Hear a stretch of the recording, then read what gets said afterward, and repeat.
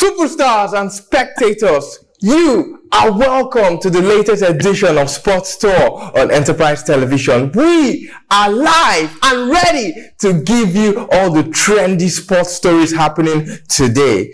I'm Josh Okoli, and here is our package for the day. In the Nigeria Premier Football League, Rivers United maintained their unbeaten run as Remo Stars fall to second after defeat in Jos. In tennis, Rafael Nadal loses against Carlos Alcaraz as Jannik Sinner beats Novak Djokovic in the Six Kings exhibition tournament in Saudi Arabia. And over in football, Liverpool vs Chelsea will headline a return to thrilling club football action after the international break. Let's take a short break on Sports Tour. When we return, we will delve fully into our agenda for the day.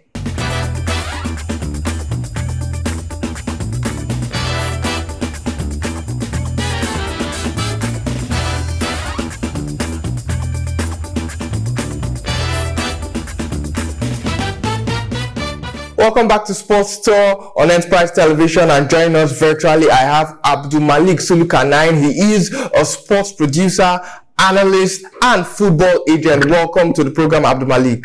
Thank you very much for having me once again. Okay, so let us start off with sports stories happening in our own country, Nigeria, because like they say, charity begins at home, and Rivers United extended their unbeaten run to 7 games after dispatching Shooting Star Sports Club 2-0 in Port Harcourt on Thursday. The first 45 minutes failed to produce a goal, with both teams failing to convert their chances, and Rivers United, however, took the lead in the 51st minute through Anye Keme Okon, while Ndifreke Effiong doubled the advantage 14 minutes from time. Coach Finidi George and his team have now moved to the top of the MPFL table following the win. Remo Stars, Sky Blue Stars, dropped to second position following a 3-1 defeat to Plateau United at the new Jos Stadium in Jos. Ebuka Anthony bagged the brace for Plateau United, while Abubakar Adamu scored the other goal for the host. Remo Stars got their consolation goal through substitute Jabbar Malik. Resurgent Ikorodu City picked up points on the road after a hard-fought 1-1 draw at Heartland FC. Chukuma Agor's 66-minute goal cancelled out Salah Yusuf's goal for the Lagos club. Bendel Insurance returned to winning ways as they soundly defeated Ladan Boso's Bayelsa United 3-0, and Katsina United pipped drowning Aqua United by a goal to nil to claim all 3 points at home in Match 7 of the MPFL. Rivers United are topping the table with 17 points, followed closely by Remo Stars, who have garnered 15 points. Enyimba FC, Plateau United, and Katsina United are in 3rd, 4th, and 5th positions with 14 and 11 points apiece for both Plateau United and Katsina United, respectively. And at the bottom, Ikorodu City 5 points, Akwa United 5 points, Bayelsa United 6 points, and Daniel Amokachi's Lobby Stars are swimming in the relegation waters, occupying the 20th, the 19th, the 18th, and the 17th position. Let's give you a rundown of the of the results of games played in Match 7 of the Nigerian Premier Football League. Lobbies definitely in the Nigerian Premier Football League, Lobby Stars defeated their played a 2-2 draw against Lobby Stars played a 2-2 draw in the Nigerian Premier Football League against El Kanemi Warriors. Enyimba International of Aba played a 1-1 draw against Niger Tornadoes in Aba. In other results that happened in the Nigerian Premier Football League, let's start with what happened on Wednesday. Like I said, Lobby Stars 2, Academy Warriors 2. Rangers International lost at home to Kano Pillars by 4-3. Enyimba played a 1-1 draw against Niger Tornadoes. Kwara United defeated Sunshine Stars 3-0. Nasarawa United 3 and Abia Warriors 0. On Wednesday, lots of games also happened. On Thursday, I beg your pardon, that was Wednesday's game. The first 5 games were on Wednesday. The second 5 games were on Thursday. Bendel Insurance 3, Bayelsa United 0. Ikorodu City traveled to Owerri and played a 1-1 draw against Heartland International. Katsina United 1, Akwa United 0, Plateau United 3, Remo Stars 1, and Rivers United top of the table. Finidi George still unbeaten in the MPFL. 2-0, Rivers United defeated Shooting Stars Sports Club. In tennis, Rafael Nadal will play Novak Djokovic on Saturday in a 3rd place match before Jannik Sinner faces Carlos Alcaraz with an eye on the Davis Cup.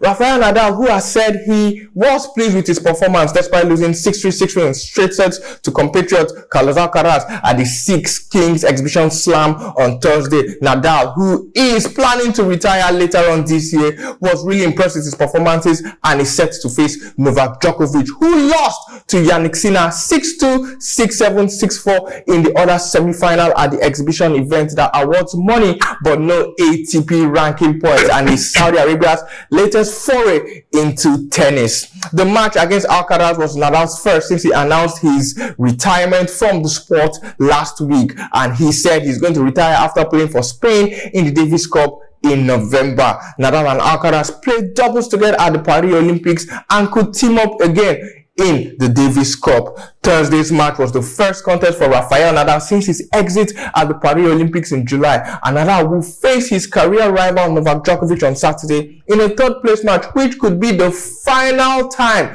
we will see a match between the two most successful Grand Slam tennis stars in the men's game. And afterwards, Sinner will also face Alcaraz in a match pitting the two men who seem to become the new faces of men's tennis, with the departure of 22-time Grand Slam champion Nadal coming up later this year, and Djokovic, 24-time Grand Slam champion, still playing but at the tail end of his career. Furthermore, top-ranked Yannick Sinner was cleared in a doping case shortly before winning last month's US Open, and although the World Anti-Doping Agency has appealed that exoneration, that Sinner should be investigated once more.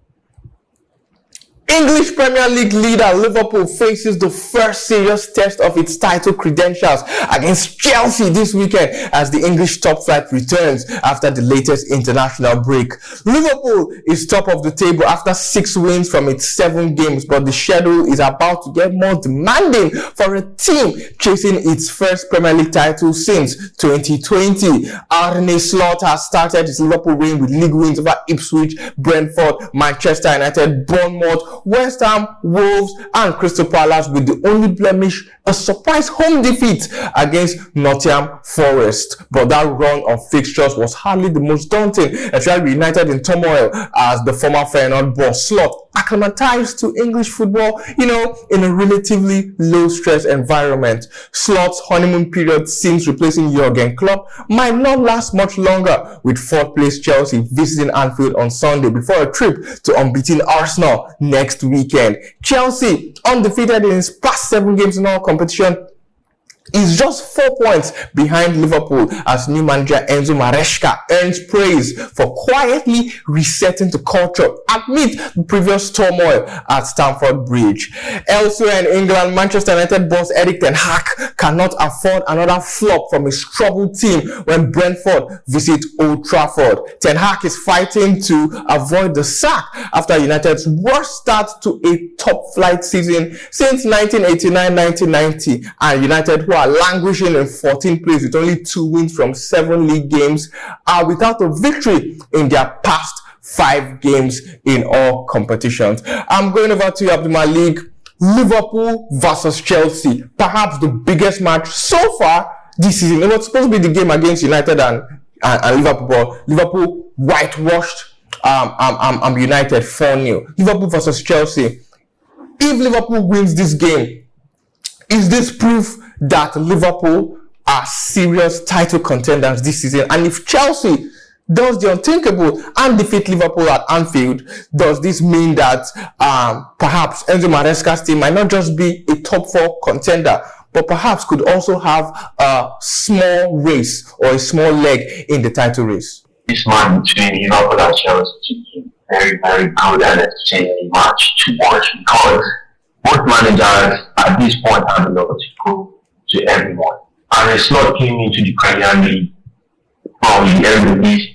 A lot of people, this is not me disrespecting the Eredivisie, but a lot of people do not rate it as very, very strongly compared to the Premier League. So and it's not coming into the Premier League, he had a lot to prove. He had a chip on his shoulder, and he has been proving that he has won 6 out of the 7 games, which is amazing. Like, coming in at your first year in Liverpool and performing this well in your first season is something to say about the managerial team. Yeah. So we expect that the match is going to be an entertaining match between Chelsea and Liverpool, because Liverpool also want to win the league. Like, because the last time they won the league was 2020. Yeah. Which is a not strong manager, because it's only Man City that has been winning since.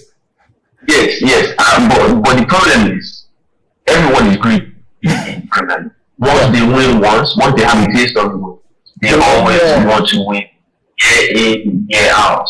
And because the Liverpool fans have not experienced that joy, they are feeling that they should be in that position once more, because they have done it before and they believe you can do it year in, year out. And they believe that the manager and the squad can do it for them.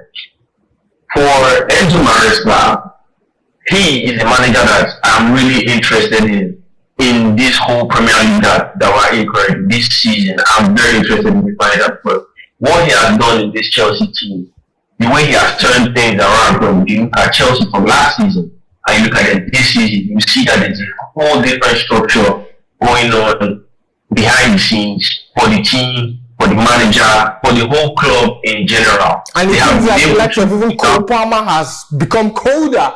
He has even, improved himself, doing really well, winning the PFA Young Player of the Year, PFA Young Player of the Year, and also winning the PFA Player of the Month as well. Enzo Maresca is really doing a great job at Chelsea. This shows that the manager really knows how to bring out the best from these players. He has a lot of players that you can call misfits from where he previously were before, the likes of Jadon Sancho from Manchester United, for example. So he has brought out the best from that player himself. Me, as a Manchester United fan, I'm even surprised that, wow, Jadon Sancho can play this well under a manager in the Premier League, because I didn't expect him to do too much when he went to Chelsea and was able to perform greatly when he got there. So Enzo Maresca has a plethora of players that can do a good job for him, and they are multi-talented, I should say.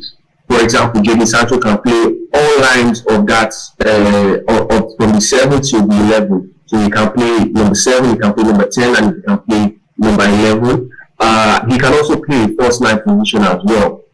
You have the likes of Liverpool who can also play the left, the right, and he can play as a false nine as well. You have the likes of Pedro Neto who can also play the left and the right. So he has a lot of players that can play in different positions. Lonnie Madueke as well. Chelsea perhaps don't have the best squad in England. Let's not overdrag it. They have a very, very strong squad. I wouldn't say the best squad in England. I would say they have the most free-flowing squad in England at the moment, because anybody can play anywhere. Their only out-and-out striker right now is Nicolas Jackson, and he can play on the wings as well if you need him to play on the wings. But the whole point of it is he has a plethora of players that are multi-talented. They can play on different parts of the attacking side of the pitch. And it's good for them to have those kind of players, because if they get into an injury crisis, they have people that can fit in and play like they didn't lose the pitch, if you understand what I mean. Yeah. Now, for going back to Liverpool side, I think their last, if my memory serves me correctly, their last 6 games against Chelsea, they have won it. And they have kept the clean sheets against them in Chelsea. So which shows you Liverpool are going into this match with, some kind of confidence that, we can take this Chelsea team on. But Chelsea are coming at the underdogs, and I believe this match is really going to be entertaining. Of course. I see it coming out as a draw. But if someone will win this match, I will give the edge to Liverpool. Though Liverpool also have a few injuries that might affect them. The likes of Alisson Becker, I think Harvey Elliott, and McAllister as well. I think Mr. Alisson Becker is not going to be back till November. McAllister is out with a groin injury. Harvey Elliott broken feet. And for the likes of Chelsea, they do not. I think it's only their usual suspects. Regardless of the injuries for Chelsea, they always have lots of quality replacements. I think Liverpool also has quality replacements. Curtis Jones can slot in, Ryan Gravenberch, and Kyle Kelleher as well is deputizing really well for Alisson Becker. Number 1 for his country, Republic of Ireland as well. Yes, but the main thing is the system that they were using with those particular players. McAllister is one of their main players when it comes to playing out from the back, giving them that avenue to be able to pass the ball through midfield, apart from Trent, who does that from the right back position. And if they move Trent to the midfield, he's not going to perform as good as he normally performs from the right back position, because from the right back position for Trent, he can see the pitch in a different perspective. He has more space, more time on the ball to do what he needs to do. But McAllister is a different kind of player. He's a player that can work in intricate spaces. He can give you short passes, long passes, mid-range passes. That's how good he is for them. I think he will be missed in this match, but it's a match that everyone should look forward to watching. This weekend. Yeah. Okay, so in the Premier League as well, Erik ten Hag is battling, a misfiring Manchester United, languishing in 14th place. Gerard Piqué said something that he would prefer if all the big leagues reduce their numbers from 20 to 16, and if that happens, United will be in the relegation zone. So Ten Hag really needs to step up. Brentford is a team that's always given him difficult times. I mean, 4-0, one of his first games as Man United manager, losing to Brentford as well. So, against Brentford, is this match going to be a win for United to turn their season around? Because the Europa League is going to come up on Thursday, where they have not recorded a win so far. And it's against AS Roma, Jose Mourinho's AS Roma. So, Jose Mourinho's Fenerbahce. Yes. Yeah. So Manchester United at this current moment, and they are looking to bounce back, and that's a major word right there. Bounce back, because their last few matches have been very, very underwhelming. They've not been able to perform to the standard that Manchester United are expected to perform. Now, if you look at the past, this is the third season for Erik ten Hag, and every season that we've been under Erik ten Hag, we have said the same thing. You mentioned it while you were talking about the match. You mentioned it that this is our worst start to a season. Now, if you go back to last season, you said the same thing as well, that that's still one of our worst start to the season. Yeah. As well, you say that season was our worst start to the season. But then he won trophies, so the trophies, placated the poor league. Yes, I understand that we won trophies, but what I'm trying to say is, for the past 3 seasons, the start of the season for us has never been good, and this is the 3rd season in a row, and it has not been good. So at this point, we're looking to bounce back. We're looking to win this game against Brentford to get something going ahead of the Fenerbahce match. Jose Mourinho's Fenerbahce, and Jose Mourinho would definitely be looking for a revenge win of some sort against Manchester United. For Brentford, they are a very, very exciting team as well. They've been able to keep themselves in the Premier League for the past couple of seasons. They've been able to grind out some special wins for themselves. And I look forward to see how they will approach this match. Obviously, people will look at this match and they will say Brentford are coming in as the underdog, but the way Manchester United have been playing for the past few games and past few seasons, people will expect that Brentford can pull up another upset. They've done it before, they can most likely do it again. But me, I would believe that Manchester United have enough quality to be able to, bounce back and win this game convincingly. So Manchester United, they don't have as much injuries that will cause them any problems, apart from the ones that we saw for like 6-7 games. He's going to miss 6-7 games. Harry Maguire is also out as well. Yes, but they were pictured in training. They were pictured in training recently with the first team. Mazraoui was pictured in training. Yeah, they were pictured in training. Even Garnacho as well, that was out in that Argentina match with a knee problem. He was also pictured in training. Amad Diallo, who was out because of an illness, was also pictured in training. He was still in need of Tyrell Malacia, who has been out for since when I've been young. Since they gave birth to me, Tyrell Malacia has not touched the football. Manuel Ugarte, he seems to be in a recovery session during Uruguay's game against Ecuador. Yeah, he picked up an injury, but according to what I've seen, they are saying he's in a recovery training session type of thing to be able to, see if he can integrate himself back into the first team before the weekend game comes up. But we would expect a lot from Manchester United going into this match. They are expected to win this match. They are expected to win it convincingly because they need to move up in the table. They cannot languish where they are at the moment. It's the worst position that they've ever been in for the third season in a row. It's not a good thing for Manchester United, one of the biggest clubs in England, to have that same, for them. Quickly, Abdul Malik, before we wrap up proceedings for the day, if Ten Hag wins the Europa League but finishes ahead of maybe in 10th or in 8th or 14th, but he wins the Europa League, should United keep him? That is really, really something that you would have to dig deep and consider. For me personally, I do not see any managers out there right now on the free transfer market. There are managers that will... Max Allegri. Yes,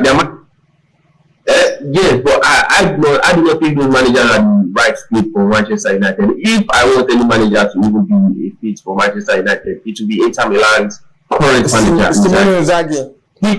That I believe that if Manchester United are able to get, we are going to go levels. But at the moment, I trust and believe that Ten Hag is the right man for the job. Oh wow! So if we're able to win the Europa League, this is not me blindly following the manager. I believe because we've taken steps, we've improved every season. This season, there's been some improvement, but the fact that we've not... And you're starting the league poorly as well. Yeah, but there's been improvements in our style of play. With the structures that have been implemented, you can see the style of play when Manchester United want to go out and play. But the players have not been able to, have the team cohesion, to be able to, play properly to their best standard. If you look at them in the first season with Ten Hag, they were able to grind out results properly because they were a team that consistently played with each other. Week out. This season, we've not been able to have that. But yes, going back to the Ten Hag question, I believe if we win the Europa League and we finish somewhere in 8th or 14th position, it will have to be a discussion for the top brass. For me, I would say let's just give him another season again, because at that point we're going to be in the Champions League and we play in the Champions League. And we're going to be in the Champions League the following season. We're going to play the Club World Cup the following season as well. So let's just go ahead and continue with what we have got, and it will be another trophy in another season where everybody said Manchester United have performed bad, but we've been able to bring something good out of the whole mess. Okay. So, thank you, Abdul Malik, for your incisive analysis. In other fixtures in the Premier League, Spurs will take on West Ham, Fulham will take on Aston Villa, Ipswich against Everton, like we said, United versus Brentford, Newcastle against Brighton, Southampton against Leicester City, Bournemouth against Arsenal, Wolves against Man City, Nottingham Forest against Chelsea, and of course against Crystal Palace, and Liverpool versus Chelsea. In the Spanish La Liga, we also have lots of fixtures for you. Alaves against Real Valladolid, Athletic Bilbao against Espanyol, Osasuna against Real Betis, Girona against Real Sociedad, Celta Vigo against Real Madrid, Mallorca against against Real Vallecano, Athletic Madrid against Leganés, Villarreal against Getafe, Barcelona against Sevilla, and Valencia against Las Palmas. In the Bundesliga, Dortmund versus St. Pauli, Bayer Leverkusen champion versus Eintracht Frankfurt, Hoffenheim against Bochum, Freiburg against Augsburg, Mainz 05 against Leipzig, Borussia Mönchengladbach against Heidenheim, Bayern Munich against Stuttgart, big game, Holstein Kiel against Union Berlin, Wolfsburg, Werder Bremen, and in the Serie A, Como against Parma, Genoa against Bologna, AC Milan against Udinese, Juventus versus Lazio, Empoli versus Napoli, Lecce, Fiorentina, Venezia, Atalanta, Cagliari, Torino, AS Roma, Inter Milan, and Verona, Monza. Abdul Malik, quickly, these big games, your winners, AS Roma, Inter Milan. Inter Milan for me. Juventus, Lazio. Lazio for me. Lazio for me. Bayern Munich against Stuttgart. You wouldn't expect anything less from Bayern Munich. You will not yet. Okay, and who is your favorite to win the Premier League between the big three, City, Liverpool, and Arsenal? Yeah, Arsenal have to win it this season. I cannot, for me personally, as a Manchester United fan, I do not want Manchester City to go again. I do not want Liverpool to win. And make it 20 English League titles. Exactly. Okay. So the only best option for me is to have Arsenal win it. Even Chelsea, but I wouldn't expect Chelsea to try and win the league in this season as America. So my choice would be Arsenal for the win. Okay. Thank you very much, Abdul Malik Sulukanain, our sports producer, analyst, and player agent, for your time right here on Sports on Enterprise TV. Thank you so much for having me. Well, that's how much we can take on Sports Store for today. Endeavor to subscribe to our YouTube channel. We are Enterprise TV 7 on YouTube. Click the notification bell to get alerts on our new YouTube videos. You can also follow us on all our social media platforms. We are Enterprise TV 7 on Facebook, Instagram, X, and TikTok. Like, share, and engage with our content. And also visit our website, www.enterprisetvnews.com, where we give you all the hot stories on the go, the live updates, the exclusives, and the news you can use. Moreover, if you want to partner with us on Enterprise Television, you want to place your product on our platform, and for all sponsorship and advertising inquiries, kindly send a mail to enterprisetv7@gmail.com or send a DM to our aforementioned social media handles at Enterprise TV 7. And before we go, let's leave you with this quote from Michael Phelps, American former swimmer who is the most successful and most decorated Olympian of all time with a total of 28 medals. Phelps also holds the all-time records for Olympic gold medals, winning 23 Olympic gold medals. He also holds the record for Olympic gold medals in individual events with 13 and Olympic medals in individual events with 16. He said, and I quote, "It doesn't matter if you fall short. It's never a failure to go after your goals with everything you've got." End quote. I'm Josh Okoli, and I want to thank you for the privilege of your time. Until we meet again, it's goodbye and hasta luego.